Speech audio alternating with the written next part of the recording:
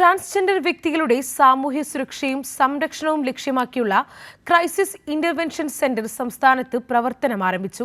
Transgender വ്യക്തികൾ നേരിടുന്ന എല്ലാ വെല്ലുവിളികളെയും പ്രതികൂല സാഹചര്യങ്ങളെയും നേരിടുവാൻ 24 മണിക്കൂർ പ്രവർത്തിക്കുന്ന സംസ്ഥാനത്തെ ആദ്യ ക്രൈസിസ് ഇന്റർവെൻഷൻ സെന്റർ കൊച്ചി കാക്കനാടാണ് പ്രവർത്തനം തുടങ്ങിയത്.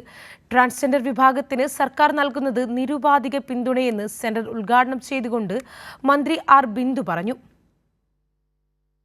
രാജ്യത്ത് ആദ്യമായി ട്രാൻസ്ജെൻഡർ നയം ആവിഷ്കരിച്ച് നടപ്പിലാക്കിയ കേരളം ട്രാൻസ്ജെൻഡർ വിഭാഗത്തിനായി മറ്റൊരു പദ്ധതി കൂടി തുടങ്ങിയിരിക്കുകയാണ്. ട്രാൻസ്ജെൻഡർ വ്യക്തികൾ നേരിടുന്ന എല്ലാ വെല്ലുവിളികളെയും പ്രതികൂല സാഹചര്യങ്ങളെയും നേരിടുവാൻ 24 മണിക്കൂർ പ്രവർത്തിക്കുന്ന crisis intervention centre Kochi Kakkanad പ്രവർത്തനം തുടങ്ങി.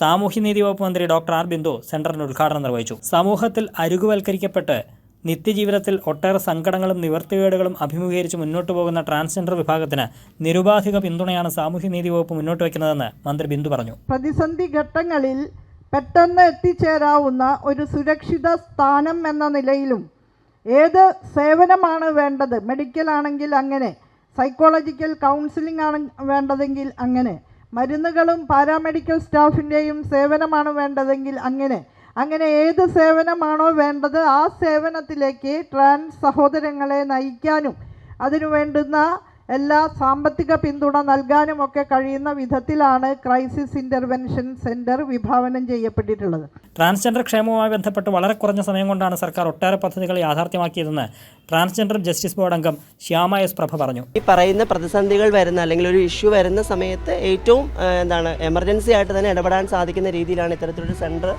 പ്ലാൻ ചെയ്തത്. ട്രാൻസ്ജെൻഡർ ക്ഷേമവുമായിട്ട് ബന്ധപ്പെട്ട് നമ്മുടെ സംസ്ഥാനം വളരെ ചുരുങ്ങിയ കാലം കൊണ്ടാണ് കുറച്ചധികം പ്രോഗ്രസീവ് ആയിട്ടുള്ള കാര്യമായിട്ട് മുന്നോട്ട് പോയിട്ടുള്ളത്. അത് എനിക്ക് തോന്നുന്നു സർക്കാരിൻ്റെ ഇച്ഛാശക്തിയുടെ ഒരു ഫലം കൂടിയാണ് ഇത്തരത്തിലൊരു സെൻറ്റർ. 24 മണിക്കൂറും പ്രവർത്തിക്കുന്ന ഹെൽപ്പ് ലൈൻ നമ്പറും കൗൺസിലർമാരുടെ സേവനവും സെൻറ്ററിൽ ലഭ്യമാകും. പോലീസ്, ആരോഗ്യം തുടങ്ങി വിവിധ വകുപ്പുകളുമായുള്ള ഏകോപനം സെൻറ്ററിൽ നിർവഹിക്കപ്പെടും. ട്രാൻസ്ജെൻഡർ വ്യക്തികളുടെ നേതൃത്വത്തിലായിരിക്കും സെൻറ്റർ പ്രവർത്തിപ്പിക്കുക. കൈരളി ന്യൂസ്, കൊച്ചി.